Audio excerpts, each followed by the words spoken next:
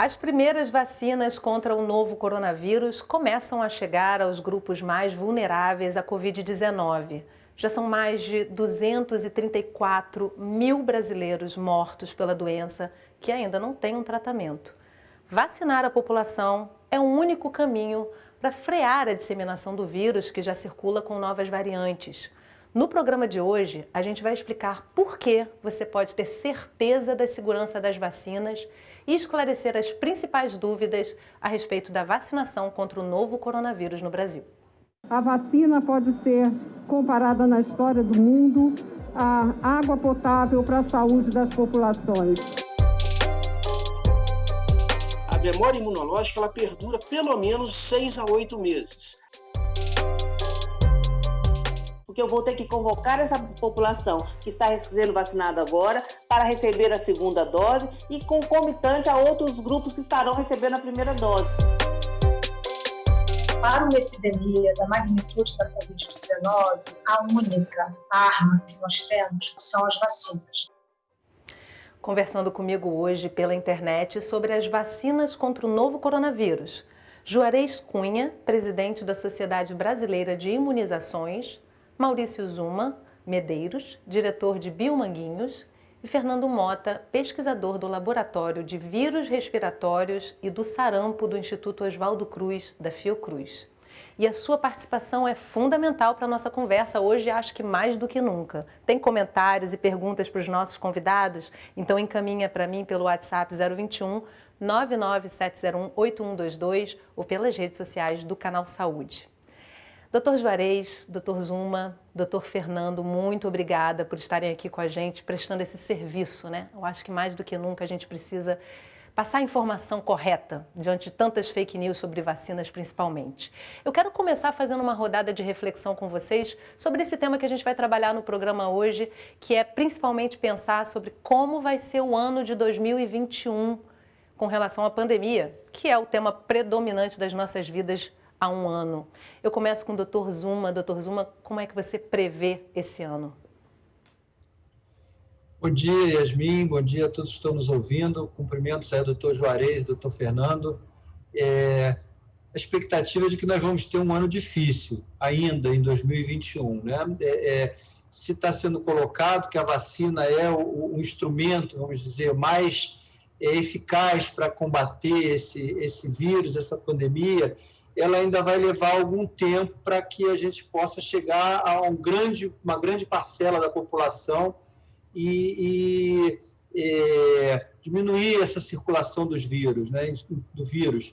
Então, não vai ser um ano fácil. Olhando pelo lado da produção, a gente sabe a dificuldade que é produzir as vacinas. Tem falta de vacina no mundo, não tem vacina para todo mundo. Nós estamos num grande esforço, obviamente, para tentar minorar esse problema, tentar fazer com que esse ano seja o menos pior possível, mas não temos dúvida que será um ano ainda duro e que precisaremos manter todos aqueles cuidados, né? Aqueles cuidados com o uso de máscaras, o distanciamento, e lavar as mãos, todas aquelas medidas que ajudam, com certeza, a diminuir a contaminação das pessoas. Doutor Juarez? Bom dia, Yasmine. Bom dia, doutor Zuma, doutor Fernando. É um prazer estar aqui com vocês.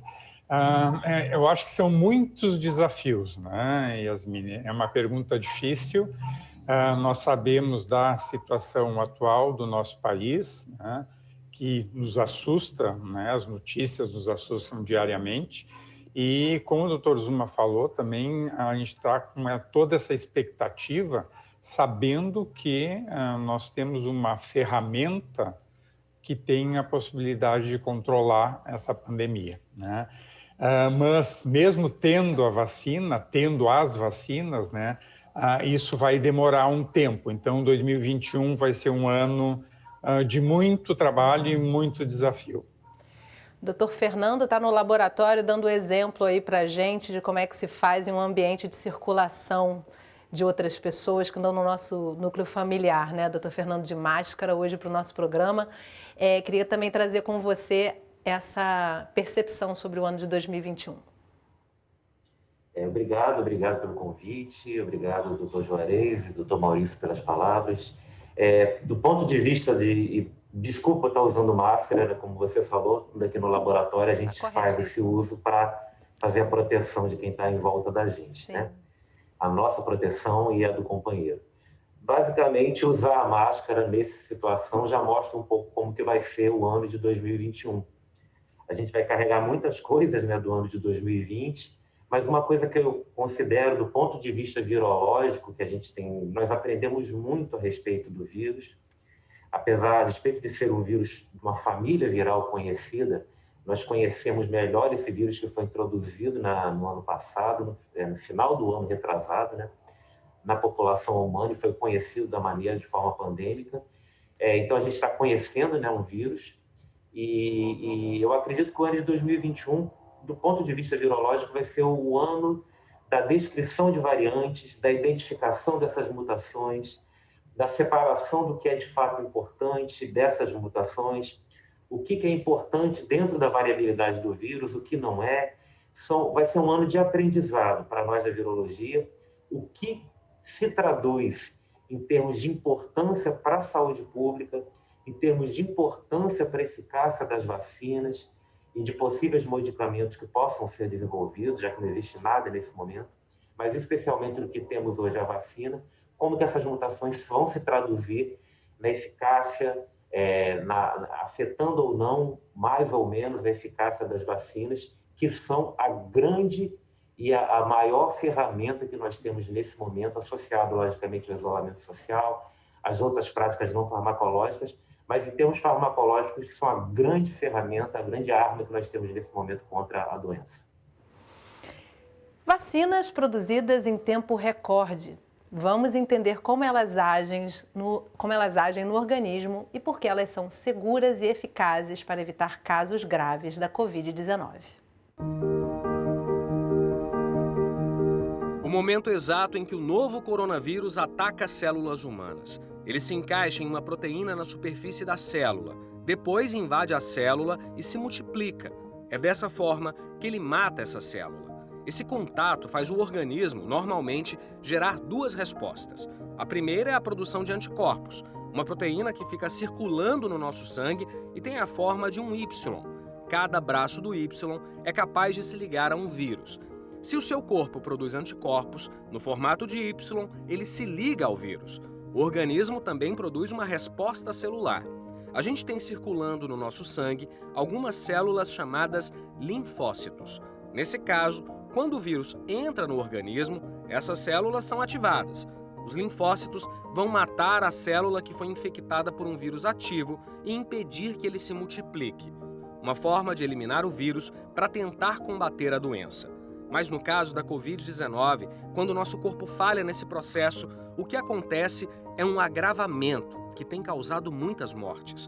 Ainda não existe um tratamento que impeça a evolução da Covid-19. Por enquanto, o único caminho é ajudar o organismo a se defender. Para uma epidemia da magnitude da Covid-19, a única arma que nós temos como uma clássica virose aguda, que é a Covid-19, são as vacinas. Então, aí as viroses crônicas, como a hepatite C, a AIDS, para mostrar que nessas situações nós temos tratamentos que são eficazes. Para a Covid-19, não há nenhum tratamento demonstrado como sendo eficaz até o momento. De modo que a arma única e a mais poderosa que nós temos são as vacinas. Mas como a vacina age? Na prática, ela estimula o organismo a produzir anticorpos para combater a doença. Até o momento, temos 2 vacinas contra a Covid-19 aprovadas para uso emergencial pela Anvisa e outras que estão aguardando aprovação. A chinesa Coronavac, em parceria com o Instituto Butantan, e a vacina de Oxford, que será fabricada pela Fiocruz. Vacinas com o mesmo objetivo, mas com tecnologias diferentes.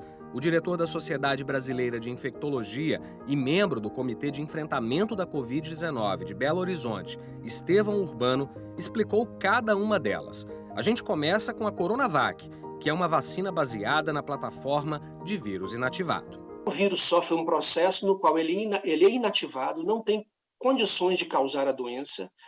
mas ele tem condições de estimular a resposta imunológica. Então, o indivíduo vai produzir uma memória imunológica para mobilizar os seus soldados num contato futuro e tem a segurança de não se adoecer. Já a vacina de Oxford, produzida em parceria com o laboratório AstraZeneca e aqui no Brasil pela Fiocruz, é uma vacina de vetor viral que utiliza o adenovírus de chimpanzé. Esse adenovírus, que já é conhecido do ser humano, que já causa alguns resfriados, mas sempre de forma muito leve, modificam esse adenovírus para que ele não se replique, portanto, não adoeça o ser humano, injetam o adenovírus contendo conteúdo genético, fragmentos do coronavírus na sua plataforma genética, e quando esse adenovírus é injetado dentro do ser humano, há uma programação para essa proteína do coronavírus se reproduzir, ser produzida em grande quantidade. Aí ela se apresenta ao nosso quartel-general, aos nossos linfócitos B e T, e então confere-se ali uma imunidade que também será duradoura, e num próximo desafio, aí sim, contra o vírus vivo do coronavírus, nós já estaremos com uma resposta imunológica a postos para evitar que aquilo se transforme numa doença grave. Vacinas que foram produzidas em um período curto de tempo, diante de um cenário que exigia a agilidade da ciência. Mesmo assim, todas passaram pelas etapas exigidas e obedecem critérios de testagem e segurança. O ser humano foi capaz de um feito extraordinário de, em um ano, fabricar e criar tantos modelos vacinais diferentes, todos testados sem pular nenhuma etapa de segurança, fases 1, 2, 3, com milhares de pessoas observadas. Para Estevão, a resposta ágil de cientistas, pesquisadores, laboratórios e universidades de todos os cantos mostra como o mundo inteiro parou na luta contra a Covid-19. Mais que proteger a própria saúde, quando tomamos uma vacina, protegemos a coletividade. Mas mesmo com investimento tecnológico e toda a cooperação internacional, existem perguntas que só serão respondidas com o tempo. Uma delas: qual será a memória imunológica de cada vacina? Estudos preliminares, sejam com a vacina, sejam principalmente com pessoas que adoeceram, mostram que a memória imunológica ela perdura pelo menos 6 a 8 meses. Poderá perdurar mais, mas a isso dependerá de tempo para nós observarmos. Então, acreditamos que, no mínimo 8 meses, essa vacina será efetiva, com boas possibilidades de, no mínimo, 1 ano, e tem gente que fala que talvez até alguns anos de defesa ela poderá dar. Bom, eu já vou começar contemplando aqui as perguntas da nossa audiência, eu vou colocando uma para cada um, enfim, para a gente poder contemplar ao máximo, mas eu quero deixá-los à vontade, tanto para complementar as respostas, quanto também para trazer outras temáticas que vocês julguem importantes. A Marinalva Mello mandou para a gente via Instagram, ela pergunta se a vacina tem alguma restrição após tomar. E aí eu já vou contemplar mais a Beatriz também. A Beatriz Tavares, também encaminhou pelo Instagram, pergunta se a vacina é capaz de proteger a nova variante do novo coronavírus. Doutor Fernando, essa é uma pergunta que todo mundo está se fazendo, né? A gente parece estar correndo contra a maré, está nadando contra a maré, né? Cria-se uma vacina e aí já começa a surgir novas variantes. Como é que a gente pode responder a isso? A gente tem um exemplo muito bom de vacinas que constantemente precisam ser atualizadas, de uma vacina, que é a vacina da gripe, justamente por causa desse processo de evolução, de mutações que o vírus apresenta ao longo do tempo. Com o vírus RNA, né, que a gente fala, o material genético do vírus, do coronavírus, é também RNA, e esse tipo viral, ele tem por característica uma capacidade de sofrer mutações muito maior do que outros vírus, por exemplo, como, por exemplo, os adenovírus, que foram comentados agora há pouco tempo, usados na vacina, que são muito mais estáveis. Então, nesse caso, as mutações estão sendo investigadas e elas precisam ser, de fato, investigadas. Por quê? Na imensa maioria das vezes, essas mutações que são catalogadas dentro dos laboratórios, elas servem para fazer a identificação dos vírus, identificação geográfica e temporal desses vírus. A grande maioria dessas mutações, elas têm como principal função, podemos identificar que temos uma linhagem específica que esse grupo aqui no Brasil, de repente, no norte do Brasil, uma linhagem X, no sul, uma linhagem Y, um vírus que entrou de um outro país tem uma terceira linhagem, assim sucessivamente. Isso facilita para a gente poder lidar e dizer, olha, esse vírus estava circulando há tanto tempo, esse vírus está circulando há menos tempo. Logicamente, algumas dessas mutações são muito mais importantes do que apenas essa importância que podemos dizer de nomenclatura, que são aquelas que fazem, de fato, uma alteração nas propriedades do vírus. E são essas mutações que, de fato, precisam ser acompanhadas. Nem todas essas mutações que alteram o vírus fazem com que o vírus seja mais transmissível ou fazem com que o vírus provoque doença mais grave. No jargão, que o vírus seja mais virulento, né, digamos assim. Mas, não necessariamente, toda mutação que acontece, que altera alguma estrutura do vírus, pode gerar uma cepa mais virulenta ou pode gerar uma cepa mais transmissível. Isso pode acontecer. E é importante que se investir. Por exemplo, recentemente, a primeira das cepas de preocupação que apareceram, né, que foi a linhagem B.1.1.7 da Inglaterra. Essa linhagem, ela apresentava uma característica de uma alteração na espícula do vírus, que é justamente a estrutura do vírus que liga-se à superfície da célula, e essa alteração propiciava uma adsorção, uma ligação do vírus à superfície da célula, ao receptor da célula humana, mais forte, uma interação mais eficiente. Dessa maneira, aumentando, então, como estudos posteriores puderam comprovar, uma maior transmissibilidade, mas que não estava associada, por exemplo, a uma maior virulência, ao vírus causar uma quantidade de novas causas graves. Então, assim, as mutações elas precisam ser acompanhadas, porque as vacinas elas foram produzidas para as linhagens do vírus do começo, né, que nós tínhamos no início da pandemia. E, logicamente, todos nós sabemos e sabíamos que, ao longo do tempo, o vírus evoluiria. E aí, só pegando mais um gancho, o que é importante para a segurança das vacinas, para que as vacinas sejam e continuem sendo eficazes? Que justamente a quantidade de vírus replicada na população, o nível de infecção das pessoas, esse volume de novos infectados seja menor. Quanto menor, menos gente tendo a doença, menos gente transmitindo o vírus, a gente desacelera esse processo de evolução, porque o vírus ele precisa do hospedeiro, no caso o hospedeiro humano, para que toda essa roda, essa engrenagem de modificações, ela gire. Quanto menos gente tendo a doença, menos é a velocidade dessas mutações. E aí, doutor Juarez, uma outra dúvida, eu já ia passar para você aí, já de colocar uma questão, e você já traz também a sua colocação. Quando uma pessoa já teve coronavírus recentemente, não seria interessante priorizar quem não teve a doença ainda para essa imunização? Ou o fato da pessoa ter tido ainda que recentemente não a coloca em vantagem com relação a uma pessoa que nunca teve? Obrigado, Yasmine. Assim, primeiro, só fazer um comentário em relação ao que o doutor Fernando colocou, que é um pesquisador, e daí reforçar a importância desses pesquisadores. Nossa, né? muito. O Fernando pode me corrigir aí, mas que eu saiba, são mais de 4.000 genomas identificados já do coronavírus, com pequenas alterações. Quando as alterações, como ele falou, começam a ser mais importantes, daí tu começa a ter alterações que podem, né, ou ser mais transmissíveis, ou causar doença mais grave, ou mesmo escapar das vacinas. Né? Então, a importância da vigilância e dos pesquisadores, né, em tudo isso, porque a gente sabe que esse tipo de vírus acontece, isso, né, todo esse movimento acontece, então, só para reforçar a importância dos pesquisadores e agradecer aí o Fernando, que eu sei que é um pesquisador aí, e entende muito mais do que a gente sobre isso. Bem, em relação a pessoas que já tiveram a doença, a orientação do Ministério é esperar 4 semanas para aplicar a vacina.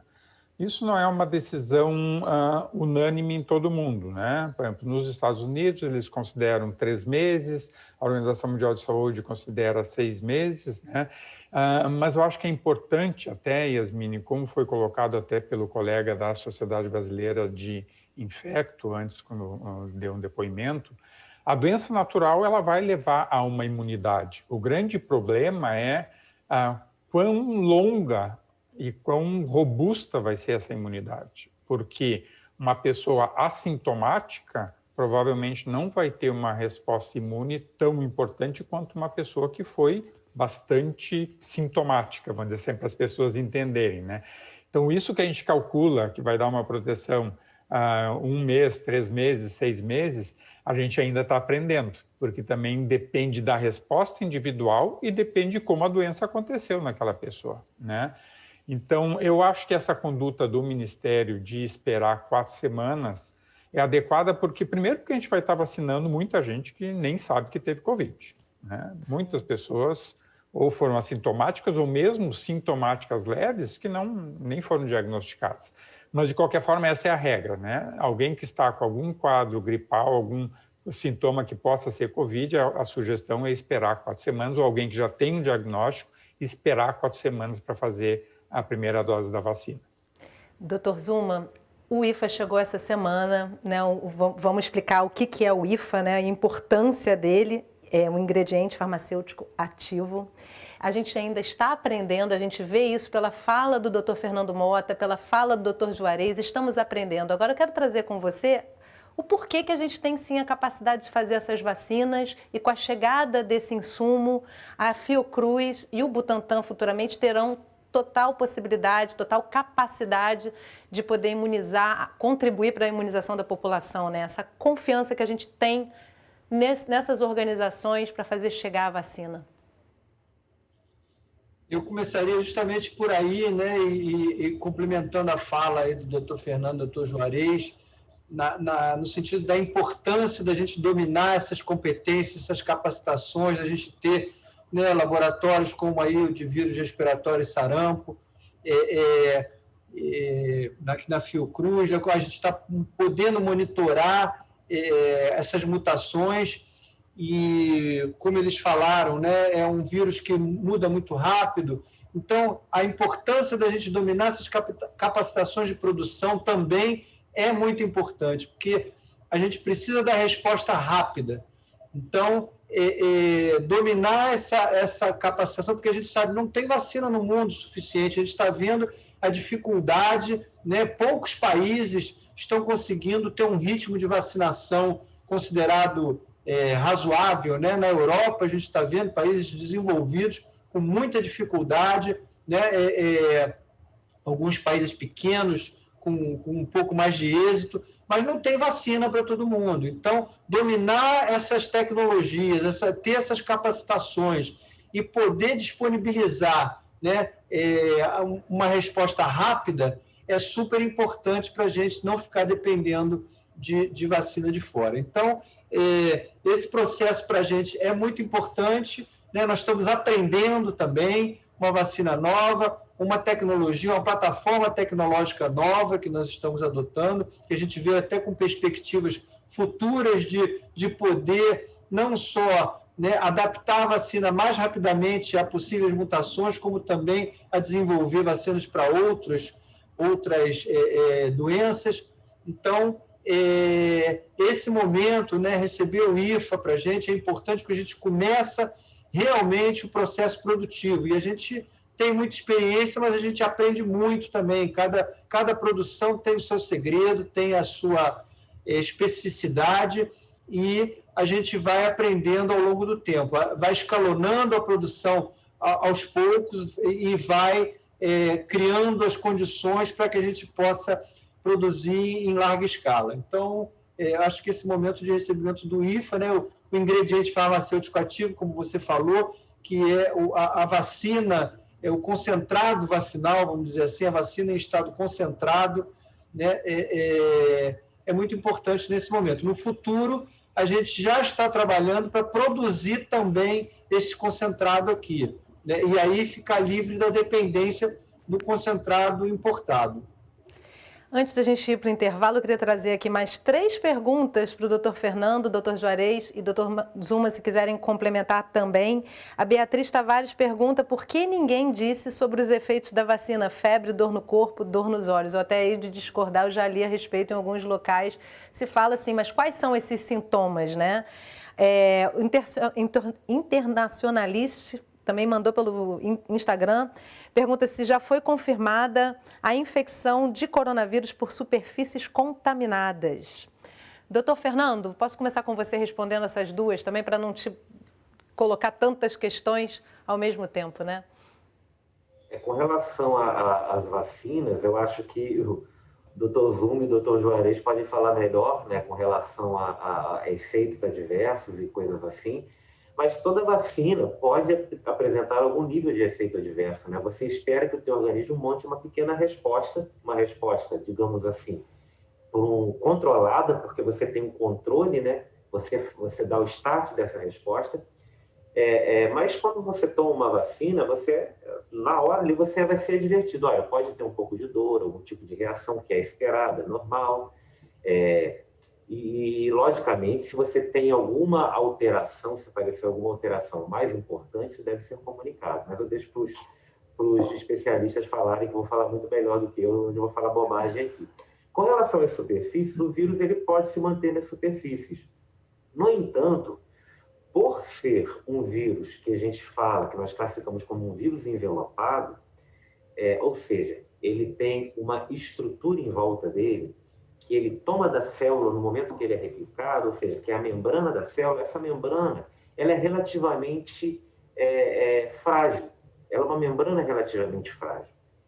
E, por causa disso, diferente, por exemplo, de outros vírus que não possuem esse tipo de estrutura ao redor, como adenovírus, como vírus que são transmitidos no meio ambiente, poliovírus, por exemplo, que justamente são transmitidos em superfície pelo meio ambiente com muito mais êxito, por não ter esse tipo de estrutura, vírus assim são facilmente neutralizados pelos nossos alvejantes, pelos nossos desinfetantes normais. Então, por isso o álcool gel, o álcool 70, né, ele tem uma atividade grande porque ele justamente destrói essas estruturas frágeis da superfície, que nós chamamos da parte de fora do vírus, da mesma maneira como o hipoclorito, a água sanitária, também é capaz de fazer. Então, o vírus ele pode permanecer por um tempo na superfície, mas, logicamente, quanto mais alta a temperatura, quanto mais alta a umidade, quanto mais alta a exposição à ultravioleta, qualquer fonte de ultravioleta, como o nosso Sol, né, por exemplo, vai diminuir drasticamente o tempo de permanência do vírus ativo numa superfície. E a esmagadora maioria dos métodos que nós utilizamos para limpar a nossa casa, para desinfetar banheiro, cozinha na nossa casa, vai destruir completamente a infecciosidade do vírus ali na superfície. Olha aí, bastante informação para você que está em casa. Eu preciso fazer um intervalo rapidinho, mas na volta eu já trago o Dr. Juarez, Dr. Zuma, trazendo mais informações para vocês. Então, no próximo bloco, como a experiência brasileira no Programa Nacional de Imunizações pode contribuir na vacinação contra o novo coronavírus. A gente volta já, não sai daí.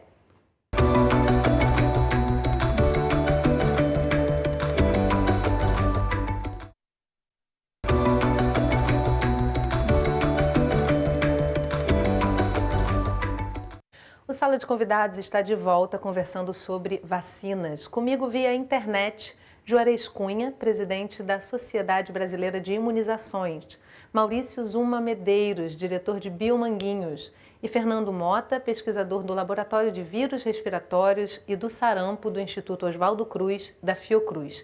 E se você ainda não participou no primeiro bloco, ainda dá tempo. Manda suas perguntas e seus comentários para a gente. Eu recebo e compartilho com os nossos convidados. Você pode encaminhar pelo WhatsApp 021 997018122 ou pelas redes sociais do Canal Saúde.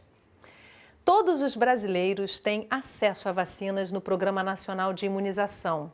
Mas com a escassez de doses de imunizantes contra o novo coronavírus, uma realidade no mundo todo, o desafio é maior. O Brasil é uma referência internacional na capacidade de vacinação através do Programa Nacional de Imunizações, o PNI, que tem quase 50 anos. Com a pandemia de coronavírus, toda essa experiência nos coloca um passo à frente diante do desafio de imunizar pelo menos 70% da população. Ainda assim, a tarefa é gigantesca. Como vacinar 150 milhões de brasileiros em um curto espaço de tempo?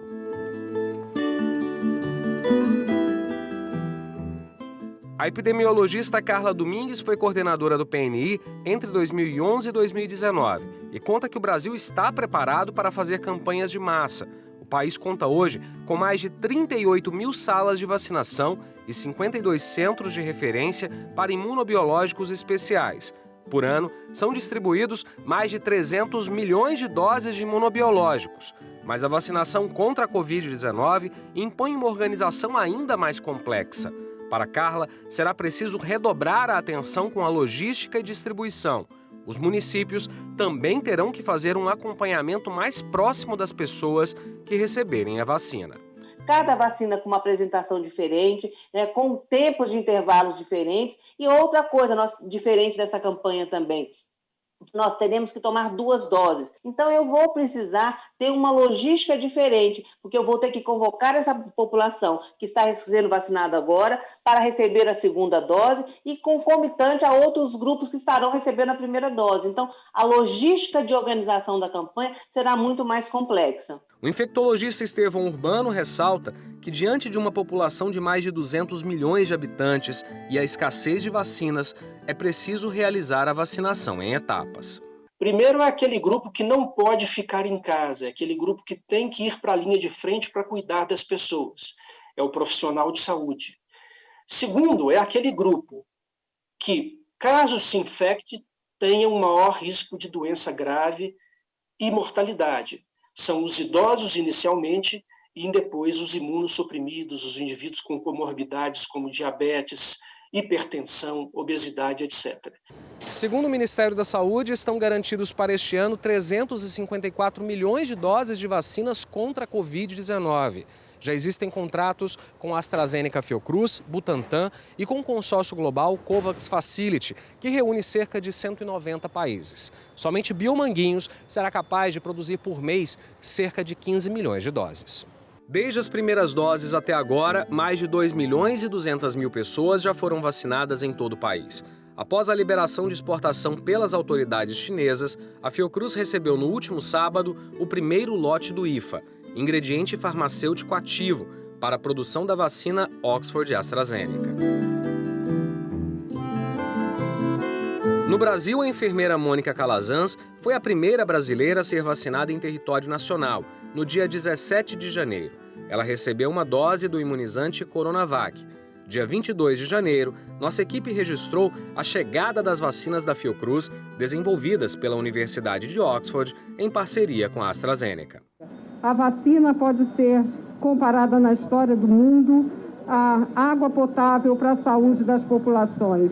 E diante dessa pandemia, é com as instituições de ciência e tecnologia, é com o Sistema Universal de Saúde como o SUS, que nós poderemos trabalhar para superar essa crise, junto com todas as vacinas que vierem a ser registradas pela Anvisa. A ex-coordenadora do PNI, Carla Domingues, reforça que o país tem estrutura pronta para a vacinação. O importante é conseguir que a vacina chegue em todos os cantos do Brasil com o mais curto espaço de tempo. O que é preciso é realmente que Biomanguinhos e o Butantan consigam acelerar esse processo produtivo, que a gente tenha garantia que esse IFA vai chegar com regularidade, que não tenha atraso, mas mais do que isso, que o Ministério da Saúde adquira outras vacinas. Nós temos, nesse momento, um volume de vacinações que não seria suficiente, seguido esse mesmo ritmo, para vacinar nem metade da população até o final do ano. Mas esse ritmo vai aumentar. Existe um aumento de produção nas plataformas da Fiocruz, nas plataformas do Butantan.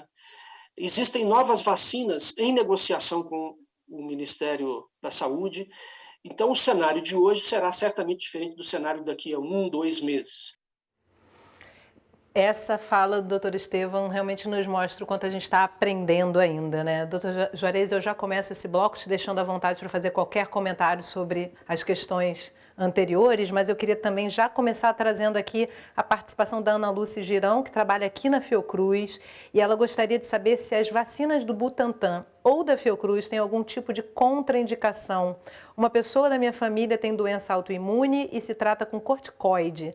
Sei que a Coronavac é mais segura nesse caso por ser vírus inativado, mas a de Oxford também é segura? Nós podemos escolher a vacina? Mais uma vez eu coloco para o Dr. Juarez e deixo os outros dois convidados à vontade para trazer complementos a essa questão. Só retornando ao bloco anterior, que a Beatriz perguntou dos eventos adversos, que eu acho que é importante, né? Até o Fernando disse para a gente opinar. Realmente, eu acho que a comunicação, né, do próprio Ministério não está sendo fácil para passar esses recados, né? E as vacinas, como qualquer vacina, podem causar eventos adversos, né? A grande maioria dos eventos adversos são leves, mas o que tem sido observado e que é relatado, que a gente pode ter 40%, 50%, 60% das pessoas que podem ter mal-estar, fadiga, febre, dor muscular. Isso pode acontecer e é normal dentro desse processo, que até o Fernando colocou, de resposta imune da pessoa, né? Então, mas realmente eu acho que a gente tem sido falho em falar mais claramente o que pode acontecer para as pessoas se tranquilizarem, né? Em relação ao uso das duas vacinas em situações especiais, primeiro assim, o que se evita, então, fazer como regra para qualquer vacina, se a pessoa em algum quadro agudo, a gente evita fazer vacina, né? Então, a pessoa que está com quadro febril, se evita fazer vacina. Todos os outros grupos que são exceções, por exemplo, a gestante, nenhuma vacina foi testada em gestantes, mas com certeza teremos gestantes que vão receber, até porque não sabiam que estavam grávidas e vão receber vacina. Mas qual é a orientação de todas as instituições e mesmo do Ministério da Saúde? Se o risco da gestante for muito importante, então, por exemplo, uma profissional de saúde que atenda a Covid e ela é grávida, tem que pesar essa situação de risco que ela tem para a doença e avaliar, né, o benefício que ela vai ter com a vacina. Essa é uma decisão compartilhada dela com o seu médico.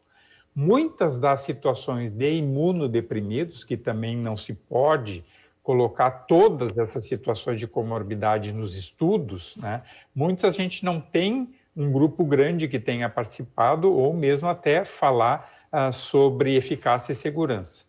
Aí tem essa regra, vamos dizer assim, as vacinas inativadas são vacinas, em geral, seguras nos imunodeprimidos, elas podem ter uma resposta diminuída, né? E, então, isso seria da Coronavac, da vacina de Oxford, da Fiocruz, que é uma vacina que usa um vetor viral não replicante. Teoricamente, ela também é inativada, é uma tecnologia nova, que eu não sei, depois até peço para o Dr. Zuma e o Fernando opinarem, porque ela não entra, né, bem na categoria de inativada, mas o relato que se tem, e também de toda a Organização Mundial de Saúde, CDC e mesmo o nosso Ministério da Saúde, que se avalie sempre, né, essa situação de risco-benefício. Então, o uso de corticoide, que foi dado o exemplo da Ana, né, o corticoide, dependendo da dose, ele contraindica vacinas atenuadas, mas dependendo da dose. E as vacinas inativadas, também dependendo da dose, pode diminuir a eficácia vacinal. Então, mas é bom, importante que ela discuta com o médico dela ou do familiar dela na decisão em vacinar ou não, né? Por isso que é bom quem não tem essas restrições não pensar duas vezes, né? Se vacinar para poder proteger o outro. A vacinação também é pensar no outro, né, doutor Zuma? Eu tenho duas questões. Primeiro, eu queria que você comentasse também essa fala do doutor Juarez, mas eu tenho duas questões ainda para incluir para você, que uma é muito comum. É o Michel Simpson perguntando quantos % da população precisa ser vacinada para que o vírus perca força. E outra questão se dá a respeito da velocidade recorde de produção das vacinas contra a Covid-19, e a Alisson, de Morada Nova, no Ceará, pergunta se é possível que esses métodos sejam aprimorados e nas próximas pandemias as vacinas possam ser desenvolvidas de forma ainda mais veloz e ainda seguras, né? Então, começando pelo assunto anterior, né, só complementando que realmente, né, as vacinas, todas as vacinas, elas são esperados alguns casos de reações, mas os estudos clínicos que foram realizados da vacina de Oxford, essa que vai ser a vacina Fiocruz, né, eles não apresentaram nenhum caso grave, né? Foram apenas detectados apenas casos leves e moderados e assim que revertidos rapidamente, em alguns, a maioria em poucos dias. Então, a vacina é uma vacina segura, né? Não temos dúvidas que a vacina é segura.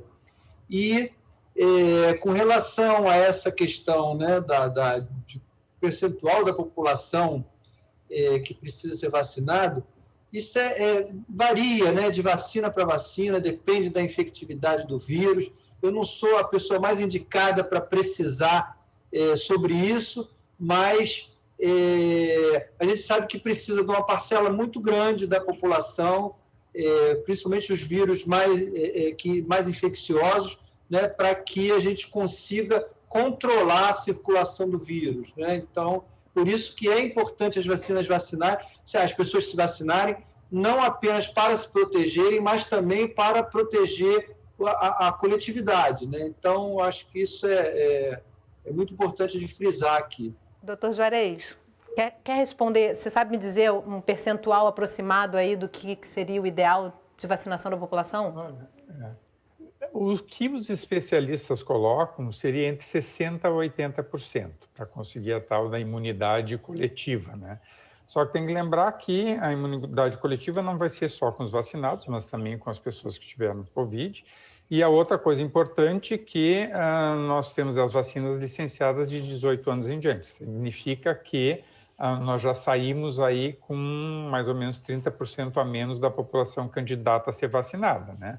Então, a gente vai ter vacina provavelmente para 150, 160 milhões de pessoas, mas nós não vamos vacinar 210 milhões de pessoas, porque abaixo de 18 anos, e até foi bom, porque uma das contraindicações da vacina é exatamente essa, abaixo de 18 anos que eu não tinha falado, que elas não foram estudadas. Até tem estudos de vacinas acima de 16, da Pfizer, e tem estudos em crianças e adolescentes menores.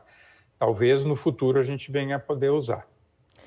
Doutor Fernando, a gente conversava aqui no intervalo a respeito da rede genômica Fiocruz. Eu queria que você falasse um pouquinho do que está sendo colocado ali a respeito do novo coronavírus e também da importância desse momento histórico da ciência, né? Com certeza isso é um marco divisor com relação à comunicação entre os pesquisadores, com relação à forma como a ciência cresce em conjunto no mundo todo, né?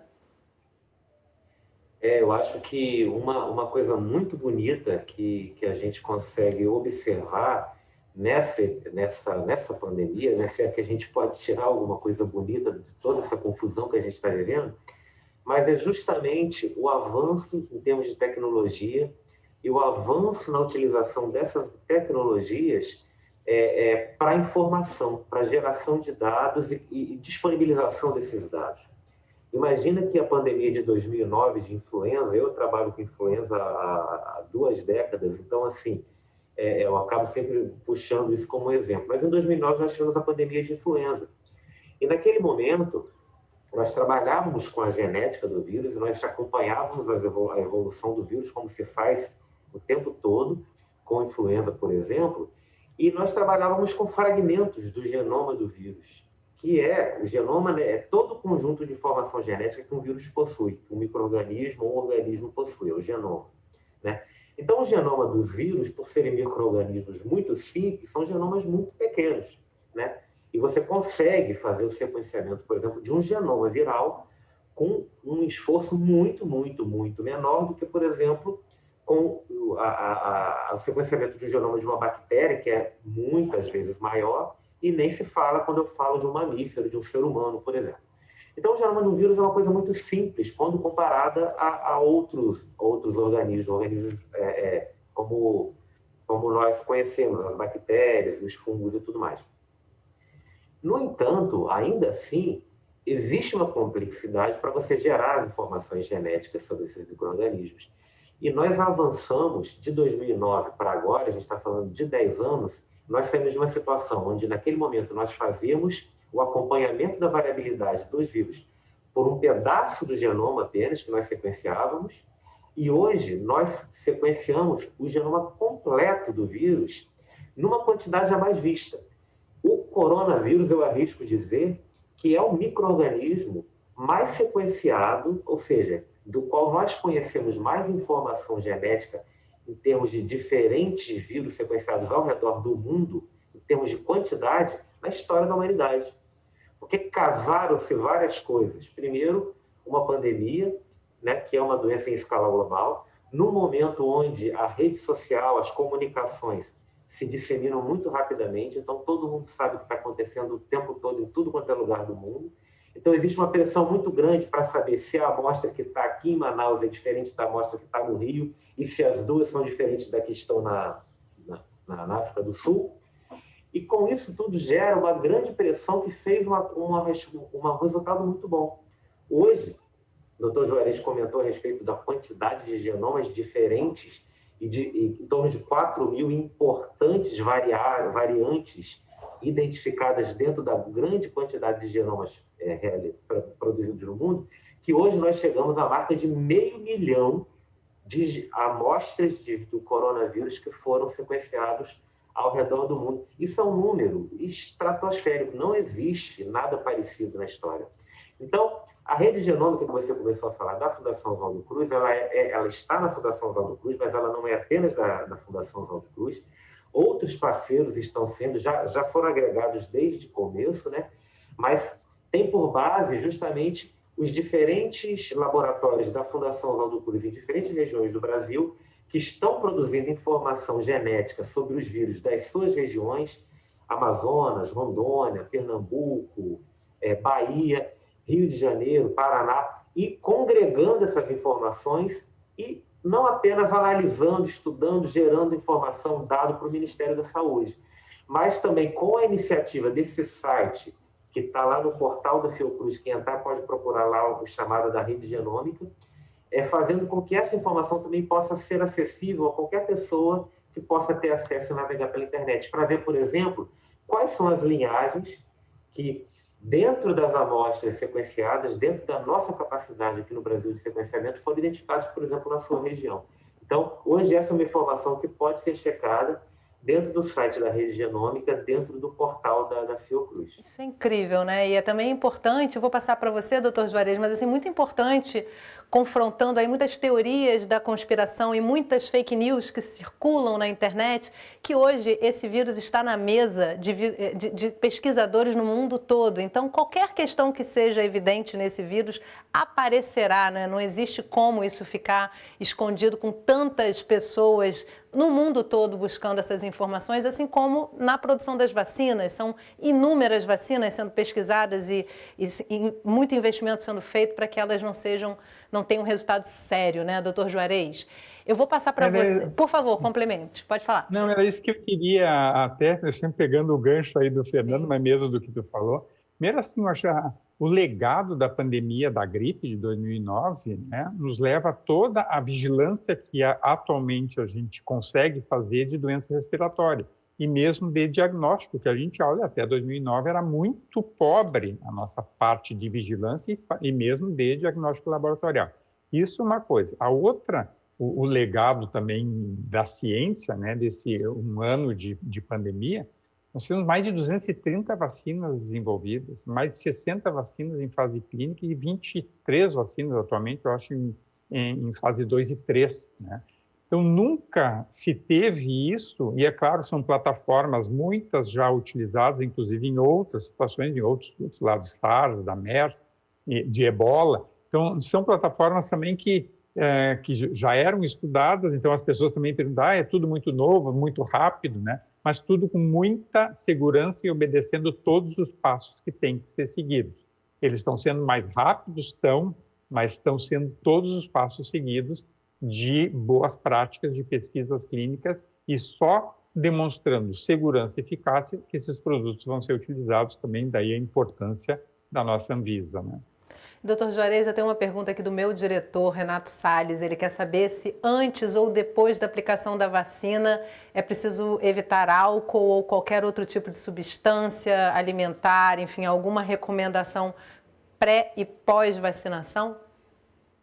É impressionante como essa pergunta tem surgido, né? Não sei se Olha pela só. pandemia as pessoas estão abusando um pouco mais de álcool. Sim. Então, até nós temos perguntas e respostas lá no site da SBIM, se vocês quiserem acessar. Vou pedir Mas, para a produção já colocar o link do site aqui. Em termos de alimentação, atividade, vida normal, nada. E mesmo o consumo de álcool, o que sempre se falou? Qualquer consumo exagerado de álcool, ele pode interferir na resposta de antibióticos e provavelmente interfira também numa resposta imune no momento que o teu organismo está produzindo lá a tua proteção, né? Então, o que se evita? O consumo exagerado, né? Então, se a pessoa vai tomar um cálice de vinho, vai tomar uma cerveja, isso com certeza não vai interferir na resposta. Doutor Zuma, a gente está chegando no final do programa, mas eu não queria encerrar esse programa sem fazer uma rodada com vocês de uma reflexão sobre a importância do SUS nesse momento e também uma reflexão, sugestões de vocês, porque em vários municípios, para além das complicações que são internacionais e até nacionais também, existem dificuldades municipais, às vezes, de distribuição dessas vacinas com características tão diferentes, né? Então, eu queria trazer a importância do SUS com vocês e uma reflexão, assim, uma sugestão de como é que a gente pode fazer essa vacina chegar mais rapidamente, a vacina que existe, né, para ser disponibilizada o mais rapidamente possível para a população. Eu acho que uma das grandes patrimônios que o Brasil tem é o SUS, né? É claro que nós precisamos ainda evoluir muito, mas um país com as dimensões que o Brasil tem, com as diferenças que a gente tem, sociais, né, geográficas, o SUS só aumenta a importância do SUS no Brasil, né? Então, o SUS é uma referência também, tá? A gente que viaja, né, aí pelo mundo, a gente escuta em países muito desenvolvidos elogios ao nosso sistema de saúde. Países desenvolvidos que não têm estruturas como a gente tem, né? Então, é muito elogiada o SUS brasileiro, né? Então, é claro que é um orgulho para todos nós e não tem dúvida da importância, né?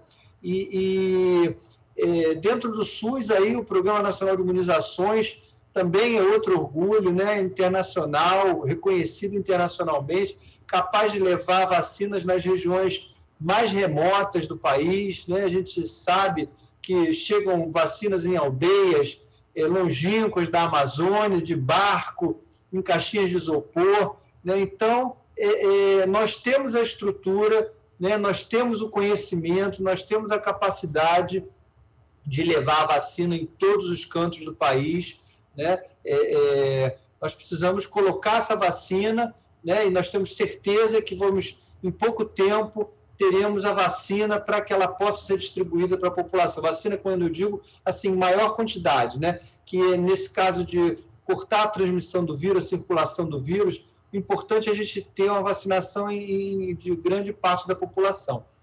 Esse momento agora é muito importante para a gente evitar que as pessoas mais fragilizadas, né, as pessoas onde a taxa de óbito é maior, onde a taxa de hospitalizações é maior, esse momento inicial é importante, também é um momento em que a gente vai pegando vamos dizer assim, o traquejo para esquentando, né, para fazer essa vacinação em massa, para testar todo o sistema, mas eu acho que a gente tem um sistema maduro, né, a gente tem produtores, nós vamos ter vacina suficiente para levar vacina para toda a nossa população.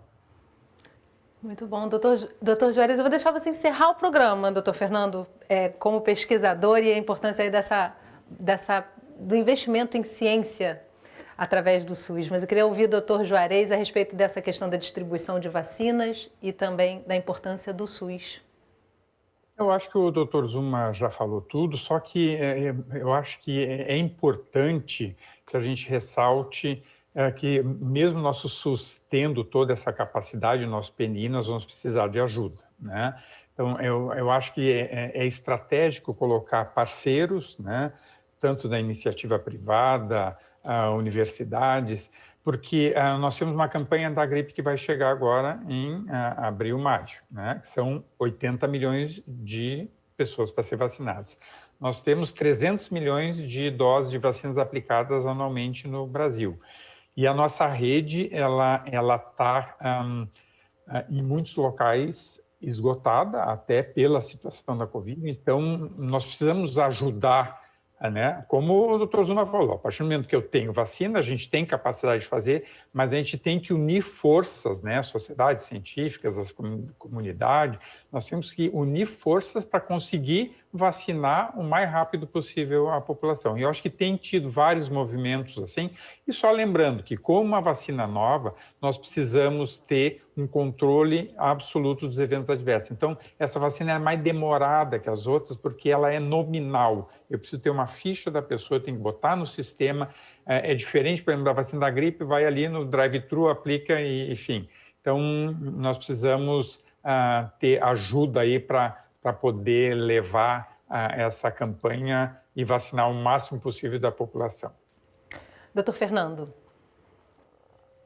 Conversando com a doutora Carla, até que falou aqui do PNI, eu me lembro dela sempre falar que a estratégia da vacina de gripe é uma estratégia de guerra. A quantidade de vacina que você tem que dar. E o doutor Juarez falou com relação a diferentes eventos adversos, as populações, a quantidade de perguntas que chegam o tempo todo para a sociedade lá.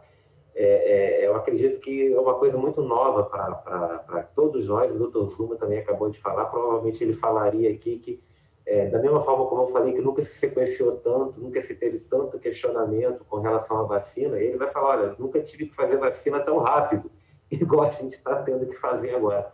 Eu vejo, por um lado, uma coisa muito boa. Tem um lado ruim das fake news, das pessoas que querem atrapalhar, das pessoas que ficam inventando bobagens, mas tem um lado muito bom das pessoas, como as pessoas que participaram aqui desse programa, fazendo perguntas, e cada vez mais perguntas. Eu fico me perguntando, quando é que a gente tomou uma vacina de sarampo e a gente chegou a questionar como que aquela vacina tinha sido feita? De onde que tinha sido o controle de qualidade daquela vacina e qual era a tecnologia utilizada? Então, eu acho que hoje isso é uma coisa legal, uma coisa que talvez seja um ganho a despeito de tantos problemas que as redes sociais, no aspecto da fake news, nos traz, mas seja um ganho, que a população hoje esteja fazendo discussões científicas e que a gente possa, em programas como esse, estar abrindo cada vez mais e tentando debater e estimulando cada vez mais esse tipo de pergunta, porque isso é fundamental. Eu acho que, baseado nas perguntas, toda vez que a gente olha e conversa com uma criança, com uma pessoa, e toda vez que a gente mostra uma coisa legal, a gente que dá aula, e vê que um aluno lá abriu a boca e caiu o queixo, a gente pensa, cara, está entrando a informação ali agora e está funcionando. Então, acho que a gente vive esse momento e temos que também aproveitar, não só as fake news, desmascará-las, mas aproveitar esse momento para usar as redes sociais para divulgar a ciência. Exatamente isso, doutor Fernando. Olha, eu quero agradecer muito a vocês, acho que prestaram um serviço realmente essencial nesse momento. Espero que daqui a um ano a gente volte para falar dos resultados e que sejam os melhores possíveis e que para frente a gente tenha aprendido muito realmente com essa situação. Vamos nos aprimorar e ficaremos cada vez mais ligados na ciência, isso é muito importante. Muito obrigada, doutor Juarez, doutor Zuma e doutor Fernando Mota. E olha, você que está em casa, a gente recebeu muitas perguntas, não deu tempo para a gente contemplar todas, mas eu quero agradecer muito a você que participou do programa e numa próxima oportunidade a gente volta com essas questões para os nossos convidados. Se você quiser rever, baixar ou compartilhar esse programa com esse serviço importante, entra no site do Canal Saúde. Lá você encontra todos os nossos programas e eu quero ver você na próxima semana. Até lá!